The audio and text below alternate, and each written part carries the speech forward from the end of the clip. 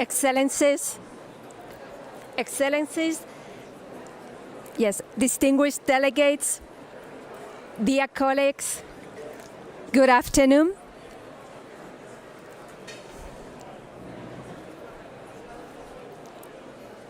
Go ahead.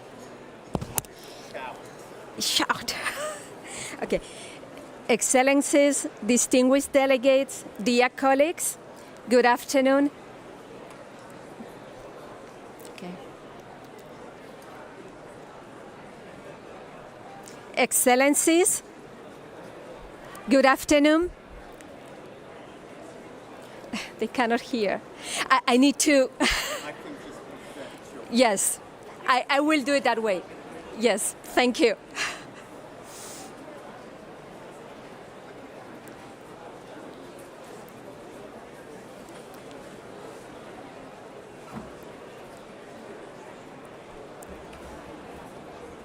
Yes. They have some technical issues, but it could be done in a couple of seconds. Okay? Another try. So, good afternoon. Yes?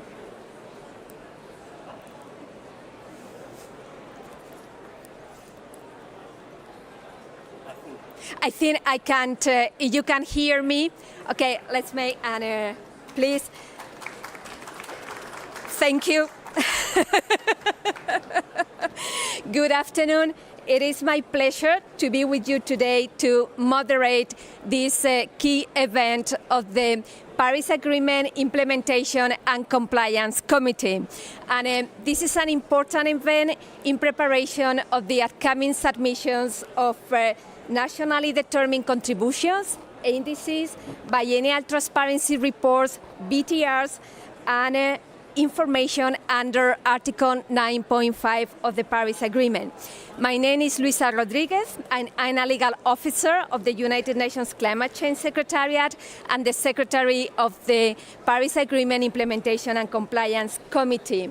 Today, I'm very pleased to introduce the following distinguished speakers and panel members. We will hear welcoming remarks for Mr. Simon Steele, Executive Secretary of the United Nations Climate Change. Following to that, we will have the pleasure to welcome Mr. Henrik Eriksen, Chief Negotiator from Norway. He will share his reflections about the committee and the work of the committee. I will also invite interventions of the two PI co-chairs, Hasib and Christina. Thank you for being here with us. And at the end of the presentations by our speakers, I will invite participants to ask questions and share their comments. And following to that, we will hear remarks from Ambassador Nabil Munir, SBI Chair, and closing remarks from Ms. Christine Adam, Director and Principal Legal Advisor of the Legal Affairs Divisions. Please join me in welcoming all our panelists. Thank you very much. Simon, floor. Thank you very much, Louisa. So, colleagues, let me start by thanking our co-chairs of the Paris Agreement Implementation and Compliance Committee, Christina Voigt and Hasib Gohar, for bringing us together for this important event, and thank you for all of your work in pushing this very, very important area. So we are at a critical point in our process. Parties are submitting their biennial transparency reports and Article 9.5 biennial communications by the end of this year. And of course, nationally determined contributions early next year. These submissions are hard work, especially for those countries with few resources. But they are fundamental, they are important.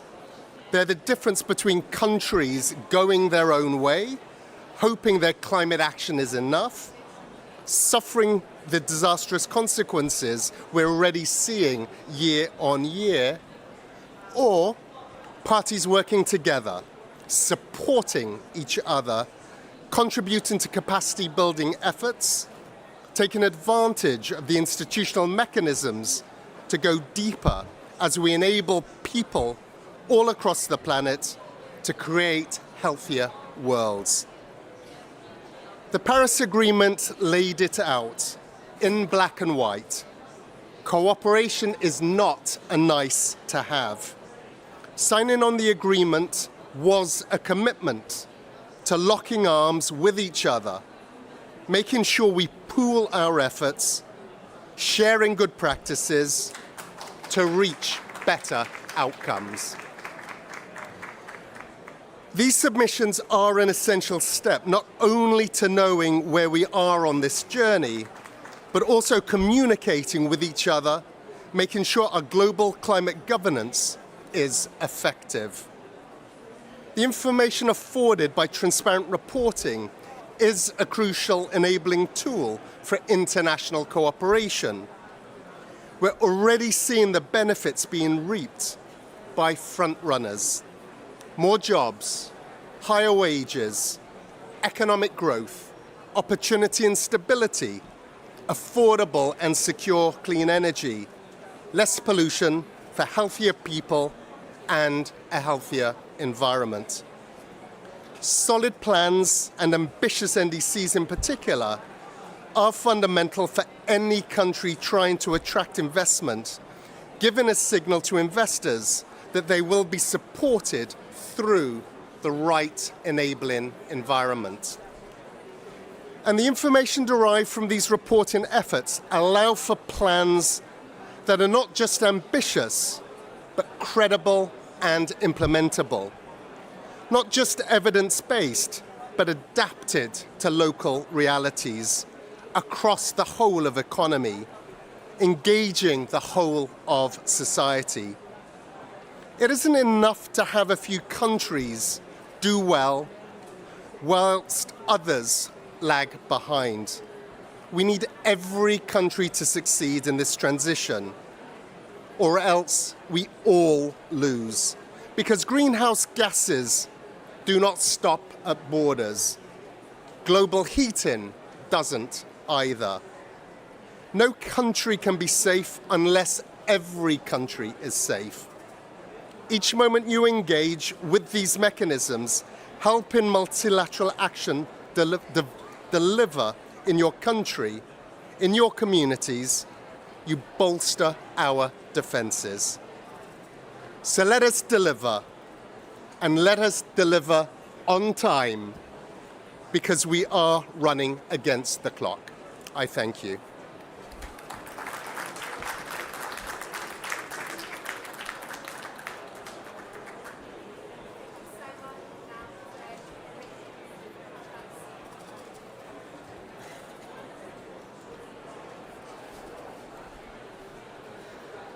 Thank you, and thank you for holding this important meeting, and particular thanks to Hasib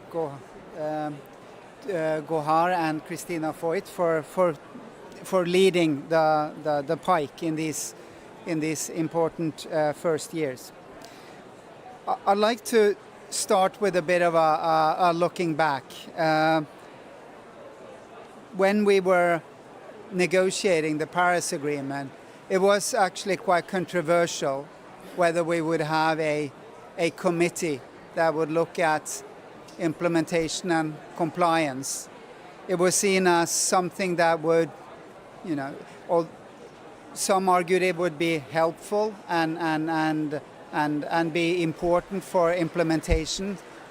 Some pointed to it being perhaps leading to that countries would be hesitant in setting ambitious provisions out in the agreement, setting out ambitious collective goals, maybe being reluctant to have standards in the agreement that would provide sharp guidance, like the standards of highest possible ambition, progression, things like that. So we know that in the end, that dynamic was not there.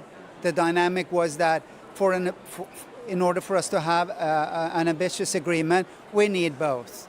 And they both reinforce each other, and together they come together in an ambitious Paris Agreement that both sets out the provisions for what you want to, for parties' engagement and our collective engagement, and the committee that facilitates compliance of and implementation of the agreement. So I think that's a good story, and it's now we are. To me, it's interesting because it's not there anymore. That dynamics, it's sort of gone. Everybody sees the value of PIKE and that it's helpful. It's facilitative, non-punitive, but it will have a clear role in helping parties. This is an enabling COP, and so I think it's important to highlight that the PIKE itself is part of a broader enabling framework where parties are helped and guided to better compliance and implementation. And then there's, of course, it does also have teeth, and in following up both the mandatory requirements under the Paris Agreement and also the persistent and consistent inconsistencies in reporting from the technical reviews. That will be a key issue now that we will have the very first biennial transparency reports under the Paris Agreement. And that is a major milestone. And many parties have not reported before. This is a very first in doing a comprehensive reporting. So it will be a test for the Paris Agreement, but it will also be a test of how we come together and help both each other and parties in providing a good, solid reporting. And then there's the NDCs, the National Determined Contributions, which is of course also a driver for the dynamics of and for the ambition of the Paris Agreement as a whole. PIKE has already shown its worth. It's followed up on some mandatory requirements. I think it's also becoming a resource for knowledge on the legal requirements and implications of the agreement. And I think that may be a function that may grow in the years to come. It was key when the committee pointed to the 11th of February as a deadline. That was actually legally 10th. Yes, 10th of it. Of course, not 11th. That would be too late. 10th of February, and I think that's a clear demonstration of the value of PIKE, that was set out in such an authoritative way. I believe the importance of PIKE will grow. It's clearly something that is a committee that is there to help party, being facilitative, help, non-punitive. But I also hope that, in all that, it's also, it's sort of like a friend that's helping parties to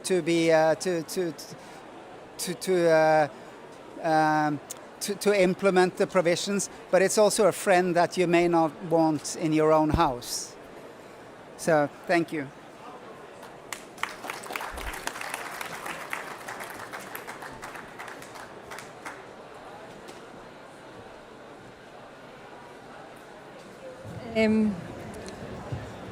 Mr. Eriksen, for sharing your reflections with us, and in particular for highlighting the facilitative nature of the Compliance Committee. And now I would like to invite Mr. Hasib Goar, one of the PIKE co-chairs. Thank you. Thank you, Luisa. Mr. Henry Eriksen, from Norway, respectable colleagues, ladies and gentlemen. Let me first convey my sincere gratitude to all the participants for joining us here today on the sidelines of Baku conference. It is also my profound honor to share my insights on the work of the Paris Agreement Implementation and Compliance Committee, the only legal mechanism that derives its mandate from Article 15 of the Paris Agreement, envisaged to facilitate implementation of the Paris Agreement in a way which is facilitative in nature.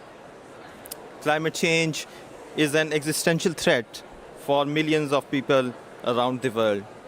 And in that context, it has attained, the Paris Agreement and Implementation and Compliance Committee has attained more relevance, and we need to speak out for the compliance regime under the Paris Agreement. Dear friends, let me first give you a brief rundown of the PIC, that it can initiate consideration of issues in cases where the party has not communicated NDCs in the UN Public Registry, where the party has not submitted inventory report of anthropogenic emissions and the progress report of the implementation of the NDCs, where the developed country parties have not communicated 9.5 communication of qualitative and quantitative information of public finances mobilized for the developing country parties, where the party has not participated in the facilitative multilateral consideration of progress based on the information provided by the Secretariat. So these are some of the reports and the mechanisms that I have highlighted. There are many other reports. Ladies and gentlemen, there is also a linkage between the work of the PIC and the enhanced transparency framework. The committee can engage with the parties where the significant inconsistencies are found by the technical expert reviewers. As we will be embarking on the year 2025 with renewed commitment to implement Paris Agreement, PIC holds pivotal role in the submission of NDCs, BTRs, and Article 9.5 biennial communications. Where the committee finds inadequacies, it has the mandate to propose a number of measures to the party concerned. And these measures are: engage in a dialogue with the party concerned, including in relation to assessing finance, technology, and capacity building. Assist the party concerned in the engagement with the appropriate finance, technology, and capacity building measures. It can also make the recommendation to the party concerned with regards to the challenges and solutions and communicate those recommendations to the relevant bodies of the Paris Agreement. It can also make a recommendation for the development of an action plan to assist the party concerned to meet the obligations under the Paris Agreement. Ladies and gentlemen, we are all too familiar that the goal of finance mobilization has not been met fully, and there is a bumpy road ahead to set an ambitious NCQG to meet the demands of the developing countries. At the same time, when the multilateralism is under stress, the role of PIC has attained greater relevance in the evolving global climate discourse. As we will be passing on the baton to the new co-chairs, it would be important that the international community must pose complete trust and confidence on the work of the PIC and deliver its mandate.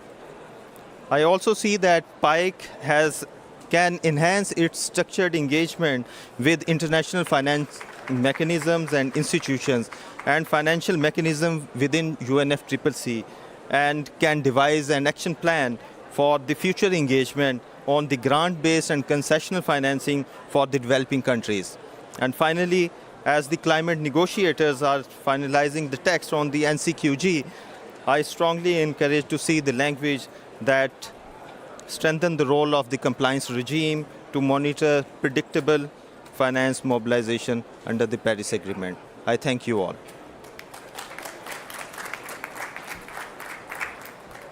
Thank you, Hasib. And now I invite Christina Voigt, PIC co-chair, to go to the podium. Thanks.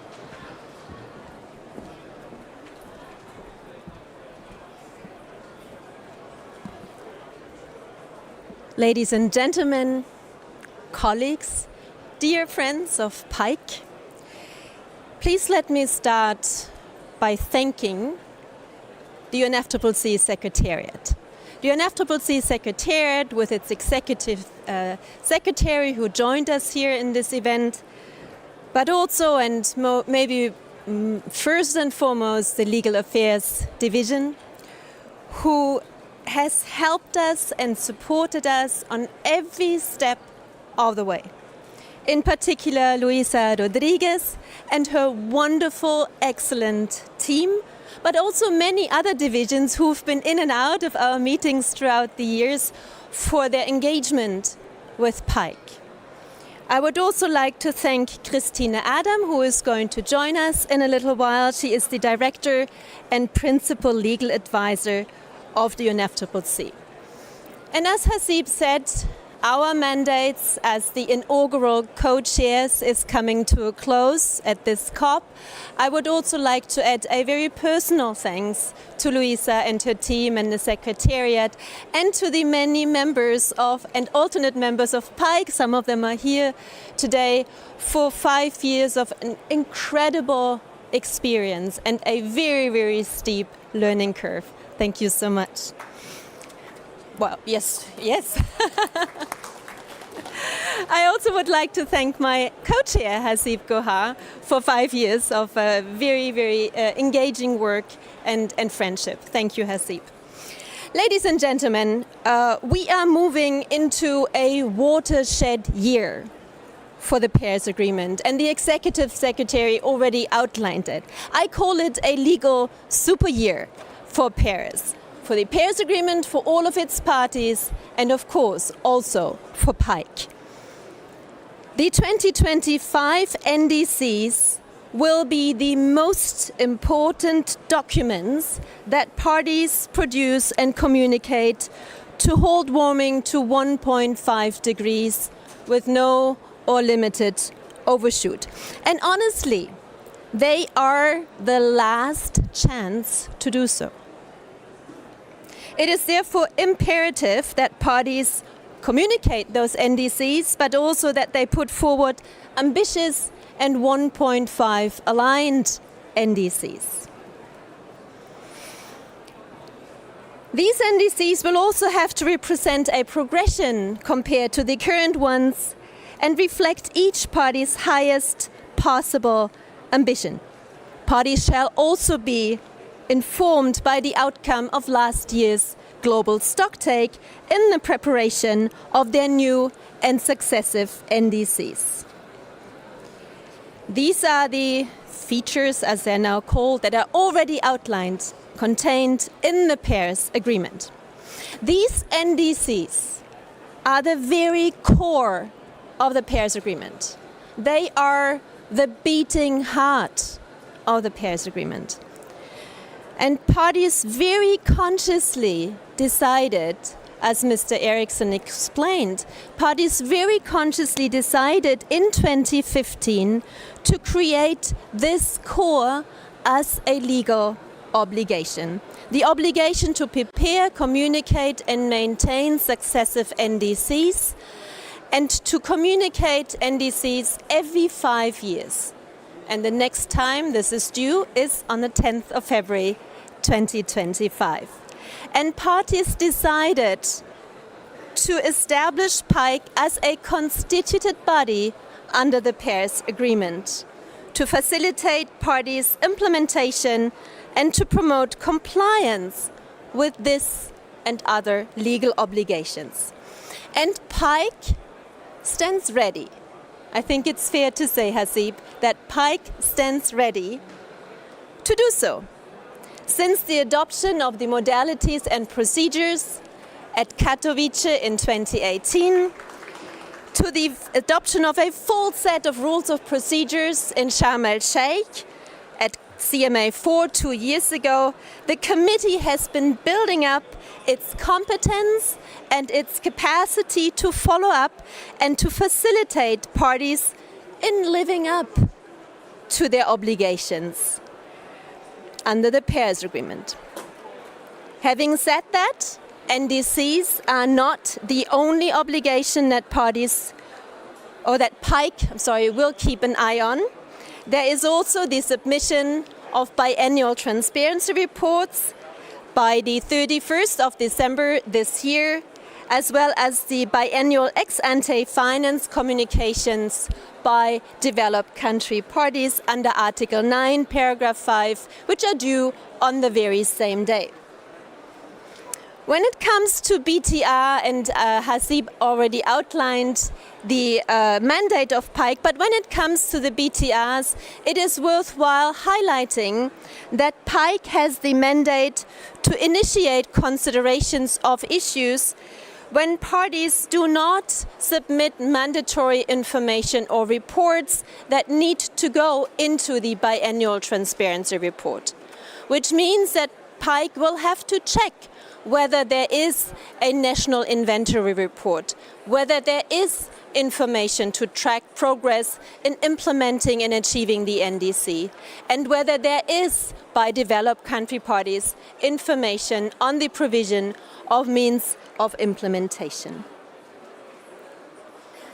PIKE is there to ensure that the Paris machinery is moving forward.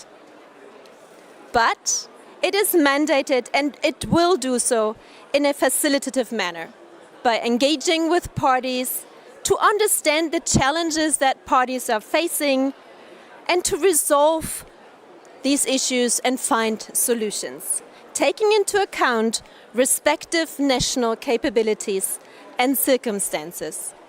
PIKE is not a place for sanctions, for punishment, for enforcement, for dispute settlement, but it is a place for sorting things out in a non-adversarial and non-punitive manner, like friends would do, even those you have in your house. Importantly, PIKE can also bring to the attention of the CMA issues that provide challenges to many parties, issues of a systemic nature, and provide recommendations to the CMA of how to address them. In sum, PIKE stands ready to assume its important role in the years to come. It is well prepared and has a whole toolbox at its disposal of how to help parties. In this way, it is an important element of the structure of the Paris Agreement. It is a cornerstone of the architecture of the Paris Agreement. PIKE will help parties to stay on track, and this might be the most important thing we collectively can do. Thank you so much.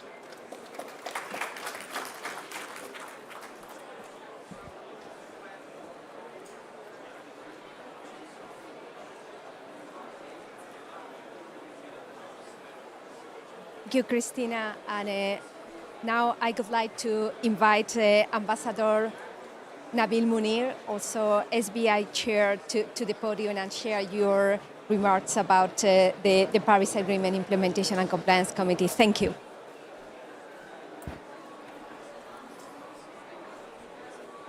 So,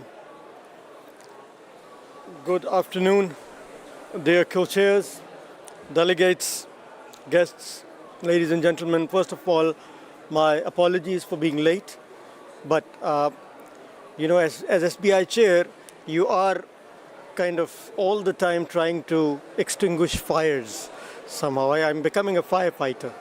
So I think when I have finished my SBI term, which is this year, this is my last COP, I can apply as a firefighter when I go back to my country. I wish to begin by thanking the Secretariat of the Paris Agreement Implementation and Compliance Committee and the co-chairs of PIKE for organizing this event at a crucial juncture that has brought together officials, intellectuals, and academia.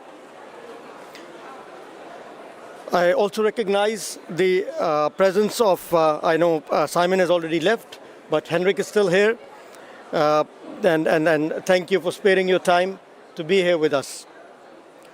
I would like to congratulate the co-chairs, Christina and Hasib, on the successful leading of the committee's work and to make it fully functional.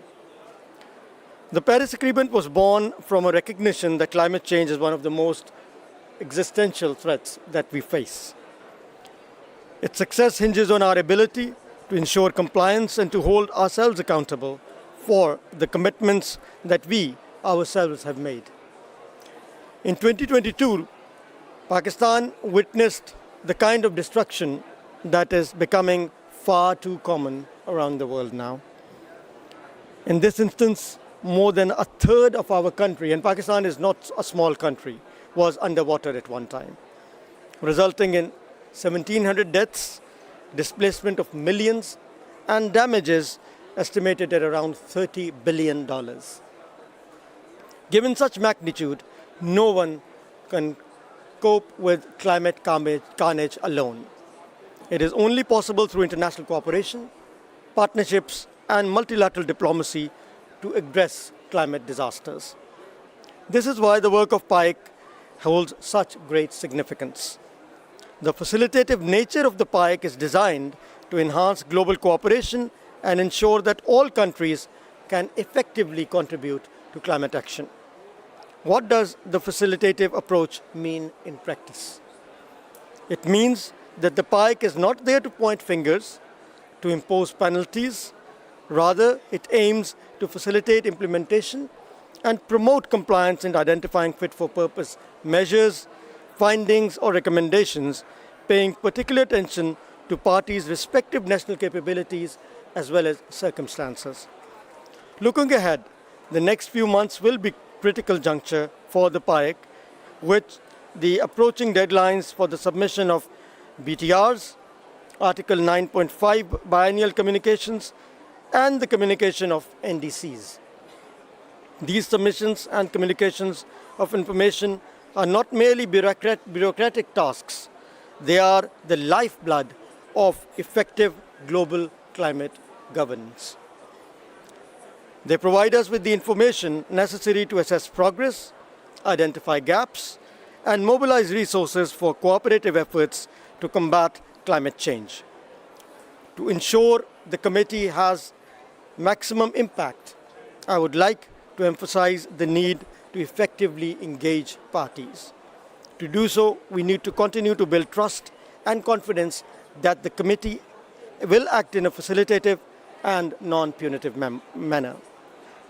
By fostering open dialogue, making informed recommendations, and assisting in connecting parties with relevant finance, technology, and capacity building bodies, the committee can help identify challenges and develop actionable solutions. Thank you.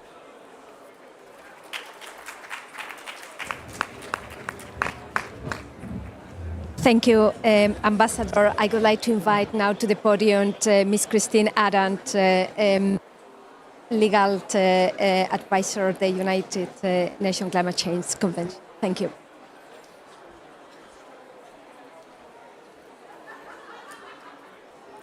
Good afternoon. Excellency, distinguished delegates, dear participants, dear panelists, it's a pleasure to be here with you today. Allow me to offer a few reflections. Last year at this event, we reflected on the operational framework and good practices of PIKE, for which only in 2022 at COP27 in Sharm el-Sheikh, the parties adopted the complete set of rules of procedure. This year, this event has provided a timely opportunity to highlight the committee's facilitating role in supporting parties with the implementation and compliance with the Paris Agreement. And let me reiterate a point highlighted by the panelists. This event comes at a very critical juncture as countries gear up for the crucial milestones under the Paris Agreement, notably the communications of national determined contributions, the NDCs, the submission of biennial transparency reports, BTRs, and the biennial communications of information related to Article 9, Paragraph 5 of the Paris Agreement. And as discussed, one of the critical elements of the Paris Agreement is the communication of NDCs. As the Executive Secretary, Mr. Simon Steele, also noted already at the 60th session of the subsidiary bodies in June, this next round of national climate plans will be among the most important policy documents produced in this century. They should be stronger, with more ambition, covering all greenhouse gases and sectors, and be 1.5 degrees Celsius aligned, and should speak to closing the implementation gap and building on what we have been already achieving. Alongside NDCs, BTRs play a vital role in our climate architecture. Let me add to the points that have been already mentioned before, that they are noting that in addition to demonstrating transparency and accountability, the BTRs will provide valuable data, information and insight into progress made on the implementation of NDCs and the level of national climate ambitions. As noted, the importance of predictability and clarity of information on financial support for the implementation of the Paris Agreement is key. For this reason, the submission of the biannual communications of information related to Article 9, Paragraph 5 of the Paris Agreement is important. With the committee meetings scheduled after key submission deadlines for NDCs, BTRs and biannual communication, this event showcasing its work holds a very great significance.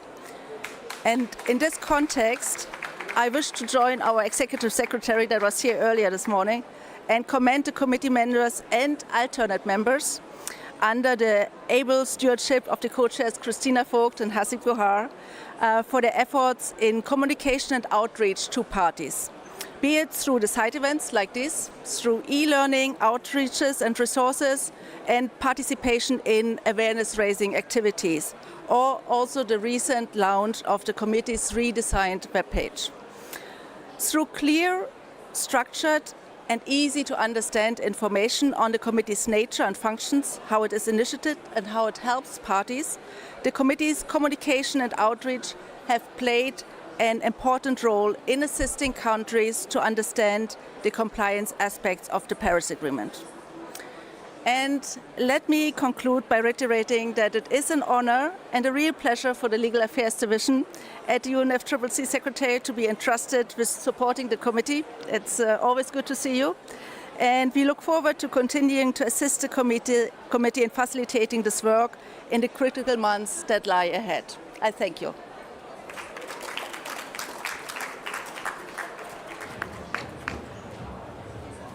I would like to thank all the speakers for sharing their views, their remarks, their reflections, and I'm very sure that they will be extremely important for the work of the committee ahead in preparation of the next meeting of the committee.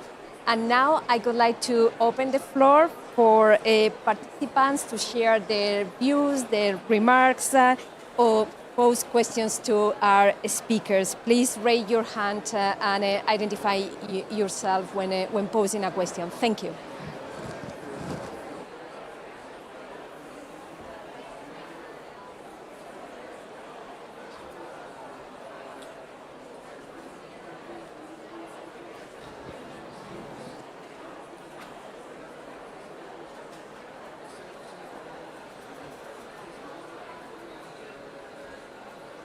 Thank you very much.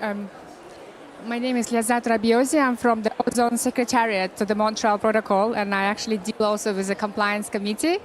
And probably I missed the beginning of the session. It was mentioned, but what are the possible measures, punitive measures, that the committee can apply against a non-compliant party? Thank you.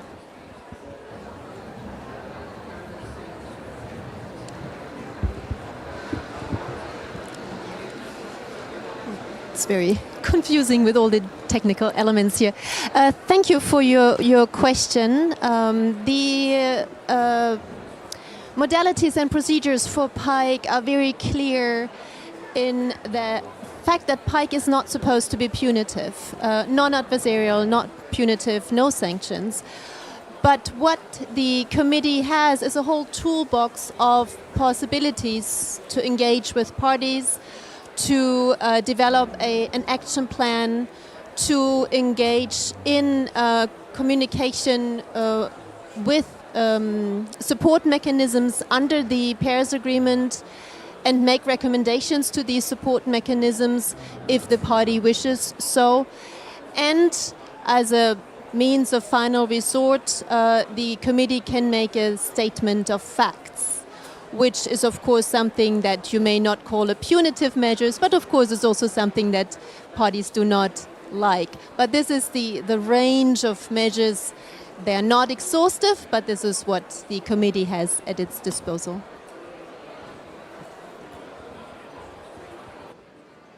The members of the committee, and it could be a pleasure for me giving the floor of some of them.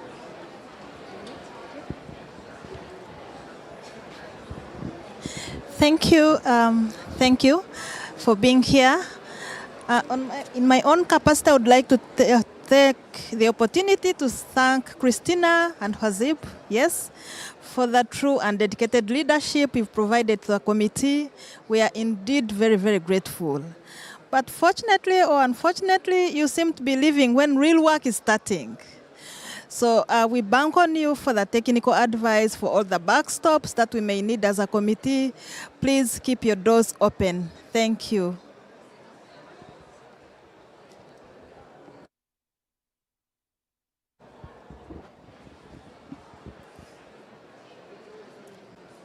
If any more questions or remarks?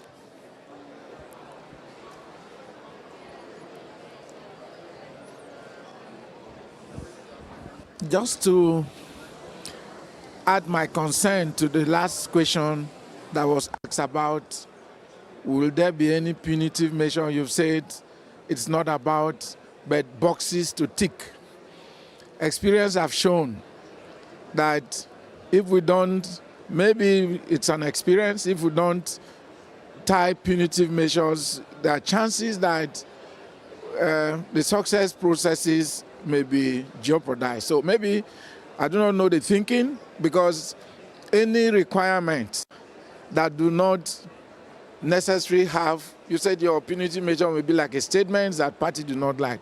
Would that be sufficient? Maybe it's something to try as we progress to see if we'll begin to look in that direction. If it's just about having a friend in the house you may not like the expression made, and well, it's not a friend that brings you trouble. But I'm still really concerned if you can still say something around that. Yeah, thank you so much for your question. As Christina and Henrik, both of them, they have already alluded, and in my intervention as well, I have tabulated and shared with the audience that there are many steps that the committee can devise, like we can devise actionable plan, we can also devise a plan that is based upon technology transfer, finance mobilization, and the committee can also make the recommendations. I think we need to pose our trust on the committee's work, and we need not to see that it is a punitive. The purpose is not to give the punishment. The purpose is to engage in a facilitative and in a constructive manner. So I think within the Paris Agreement, this is the distinction that was different from the Kyoto Protocol, that it is a facilitative in nature, and this is non-adversarial. The purpose is to enhance the cooperation. So I think this is the spirit behind that. And now we will start receiving the information from technical expert reviewers, and in terms of NDCs, their implementation. And this is the work in progress, and let's see how the committee will react to that. And I think as the co-chairs, we had extensive exchange of views within the committee, and this was and there was a unanimity of views that it should remain facilitative, both from the developing country parties and from the developed country parties. So this is the benchmark. So thank you. If I can just add one comment to your question. I just want to be very clear, this is not something that the PIKE members decided. We work under a very specific, concrete mandate, which was adopted by the CMA in 2018, where it was decided that the committee was supposed to facilitative, non-punitive, and where the catalogue of measures was decided. It was not the committee who makes this up. So I just wanted to explain that.